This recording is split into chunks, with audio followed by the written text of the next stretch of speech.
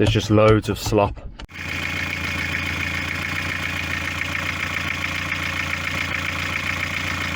Please don't say I've just pushed the seal into the engine.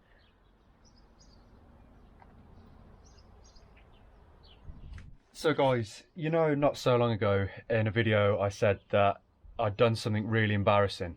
Guys, this is embarrassing. Well, that wasn't embarrassing. This is embarrassing. So recently I did the head gasket on this car, as a lot of you will have seen, and everything seemed to be fine at the end. Buttoned it all up, drove it back. I thought everything was okay, but I'd made a huge mistake.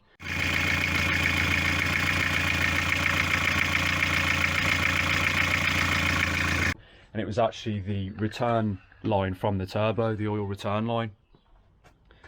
So it's like, what's going on there then? And obviously it didn't take me long to realise the issue. So basically what's happened, where I've loosened the manifold, the exhaust manifold, I've pulled it back away from the head, and I haven't undone any of the lines. And I thought it would be okay, because with the manifold pulled back, there was enough clearance to lift the head off, and I didn't really have to put any force on the exhaust manifold.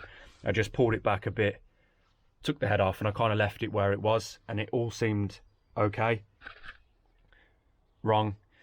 I thought maybe it had bent or something. I wasn't really sure. So yeah, I loosened it off. The 2 bolts at the top here on the bottom of the turbo, 2 10mm bolts, quite easy to get to actually. And then the pipe just literally pulls out. So I was like, okay, lifted it out, and I could see the issue straight away. It looked as though it had kind of just pulled out of the block slightly.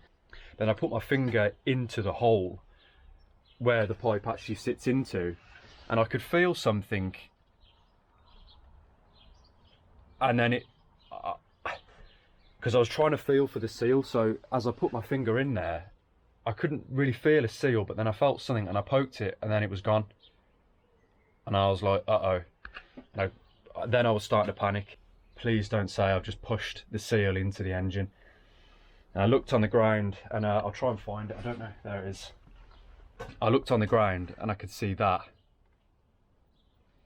So obviously you know where the other half is.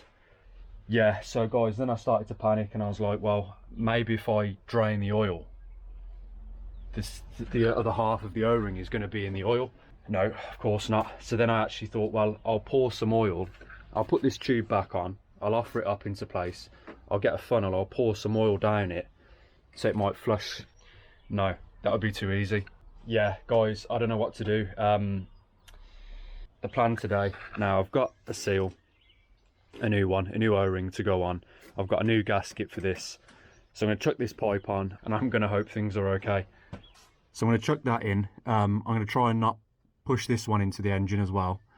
And then yeah, I've got a new gasket that goes on the top to go in between the pipe and the turbo itself. I've made sure both surfaces are nice and clean. Yeah, and then I'm going to bolt it all down.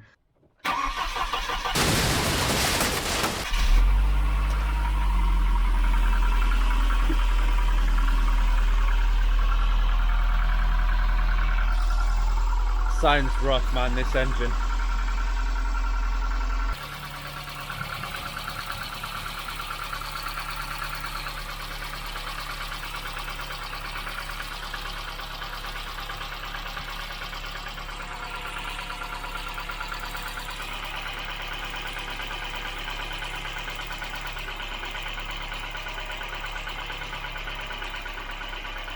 Movement on the belt, I'm not sure about it. I spoke to a couple of people. Some people say, oh, it's fine, don't worry about it. Some people say, take it all apart, do it again, you've done something wrong. I'm not really sure. Really, let me know what you think. I know a lot of you guys that watch these videos, you know a lot more than I do. I'd love your input on this, on a belt like that sort of movement. Would you be worried about it? Should I take everything apart? I've obviously had a good look at everything, and I can't see any issues, so it's a lot of work to take it all off for no reason. Everything went on the way it should.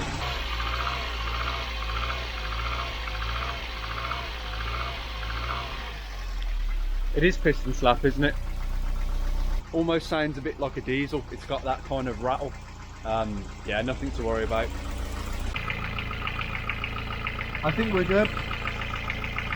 So now we've got a normal amount of tension there. It's nice and taut.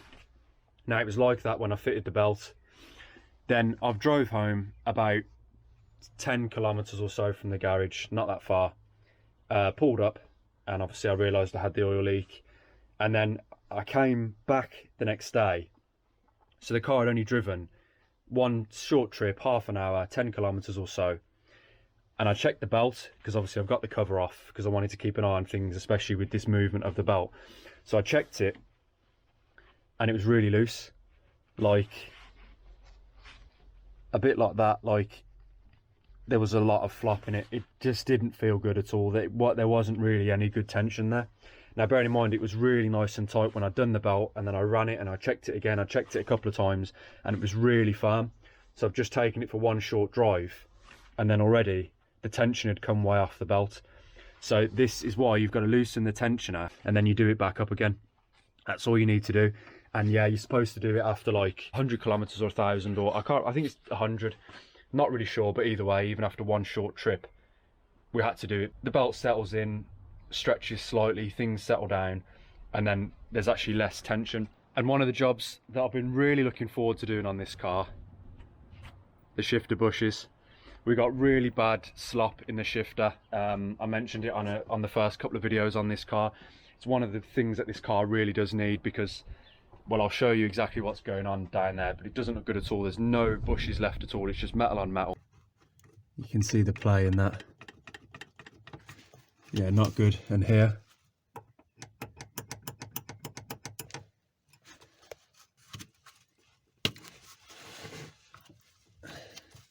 seen a lot of spider web on this thing.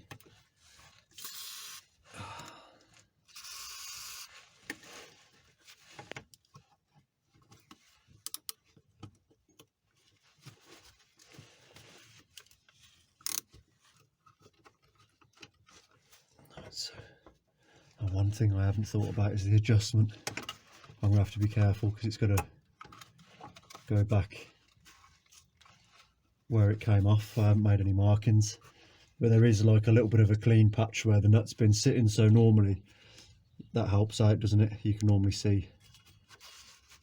I haven't got enough hands nor space to do this. Come on, just worried about losing it as well.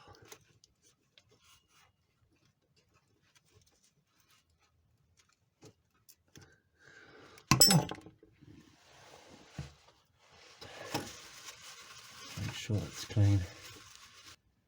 They're quite firm, otherwise I wouldn't be using the screwdriver, because obviously you just split it, but they're pretty firm, to be honest. So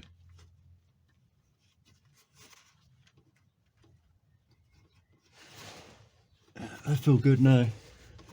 Yeah, I'm quite happy with that.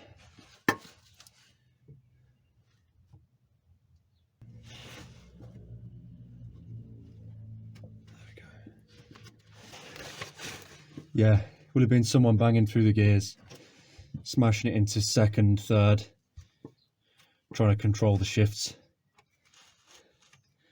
instead of waiting for the car to do it for you.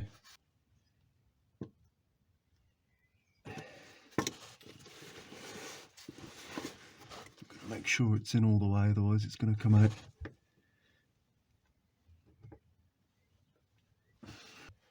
And then, yeah, slamming through the gears using the auto shifter like a manual and banging it through first, second, third. That's what will cause this. I don't really blame them. I did it when I bought the car as well.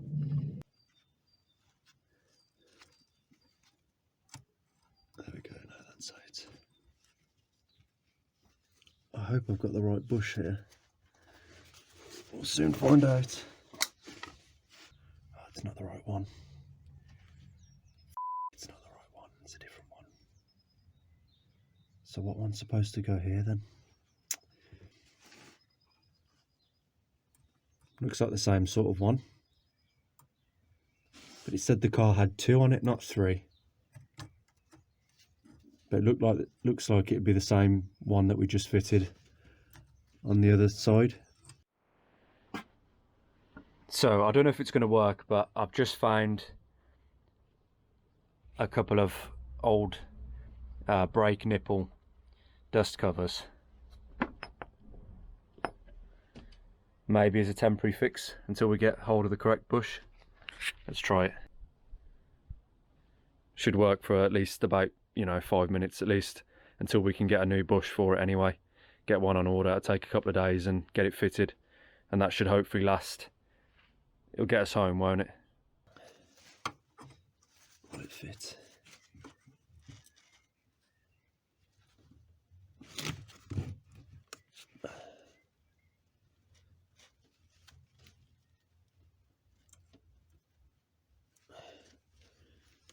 Anything's better than metal on metal, isn't it?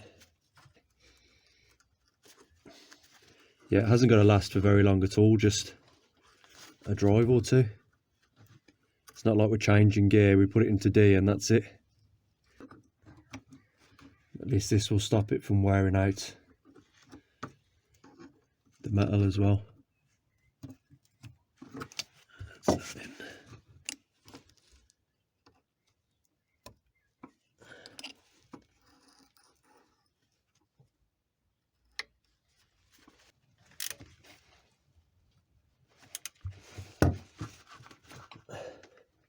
Tight like a tiger. So let's see, moment of truth. Sorry about the lighting. Oh, oh yeah.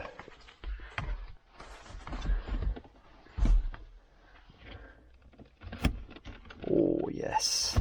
So guys, I'm just on the way back to the 940 now. I just wanted to talk a little bit more about some of the issues that I'm having with it and some of the things that we need to do as well.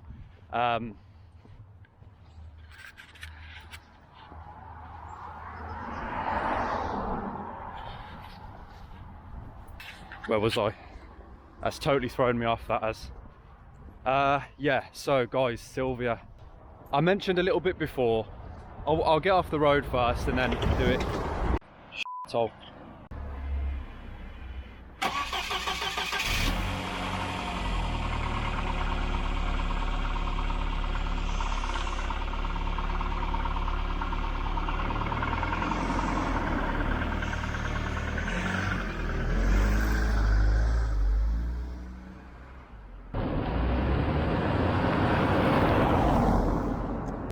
still got that issue where we don't have any dash lights. The tachometer works, the clock works, I think. Maybe not, I'm not sure about that actually. The fuel gauge works. I think the light's just always on. I put 20 euros in. I know fuel's expensive now. You know, the light comes on, I put 20 euros in, a couple of short trips, the light's on again, another 20 euros, a couple of short trips, the light's on again. So we might have an issue there, but really what I want to do is fill it up to the brim, drive it a bit, then fill it to the brim again, and then see how much we've used. But for that I need a working odometer. The speedometer doesn't work, the odometer doesn't work, so I don't know how fast I'm going. Obviously I can't count the miles, kilometers, so it'd be really nice to get this working. So I'm actually going to pull out the cluster. I'll do that in a future video. We'll see what's going on and we'll try and get that fixed. Yeah, obviously as I say, a good clean inside. It needs washing on the outside again already. And a good polish and things like that, of course. What else do we have to do? I think there's a wheel bearing to do on the front right. I don't see what else it can be. I need to do a bit more sort of further investigation, but I'm pretty sure that it's that. Now this brings me on to my next point, the boost. Now when I did the head gasket video, when I installed everything, put everything back together, sorry if the camera's shaking like crazy, I put everything back together and I said it's still not very quick. Now really that was more of a flippant comment, like, but it's still not a fast car. You know, even when things are working as they should. I mean, it's only 165 brake in a vehicle that's shaped like a brick. You know, it's only going to be so good, and it's an automatic as well. But there was some kind of seriousness to my comment. Now, one thing I've noticed, if anything, there is more power. With increased compression ratio, there probably should be a little bit more power anyway, more horsepower. We sorted the valves out, we did a few of the things, we cleaned things up, and we did some vacuum lines, and we did a lot of things that should help improve performance anyway. And obviously without a head gasket failure as well, it's going to have a little bit better performance. One thing I think I've noticed is that the boost isn't as much as before. I'm not sure, I don't know if I'm just paranoid, and I didn't actually drive the car much before I did the head gasket, did I? It was only a couple of trips, so I'm not really sure. But before it felt like it used to boost and boost quite well, quite hard for quite long. It feels now like it still does boost, but just that little bit less than before. Yeah, let me know what you think, if taking 0.5 millimeter off the head, if you'd notice that when it comes to boost, if you'd notice that loss of boost. But it does feel quite sprightly off boost. It does feel like it's got plenty of power. So yeah, I'm not really sure, guys. Like I say, it's fine as it is, but I think maybe there could be something there. But again, maybe there's a vacuum line that's not quite right still, or a boost pipe that's letting a bit of pressure out, or, you know, maybe there's something like that. There's another issue, so we need to chase that through. So yeah, guys, I hope you enjoyed the video. Yeah, we'll dig into a little bit more stuff in the next episode on her, which will be soon, I'm sure. Yeah, and guys, if you're new to the channel and you want to see everything that we've done on the car so far, you can click into the playlist here. Actually, it'd be better over here, I think. And yeah, you can see everything that we've done since we rescued this thing from the side of the street and gave it a good wash and got all the grime off it, and obviously all the engine work as well. So yeah, I'm looking forward to getting her where she needs to be. It's going to be a really great car when it's done. Thanks for watching.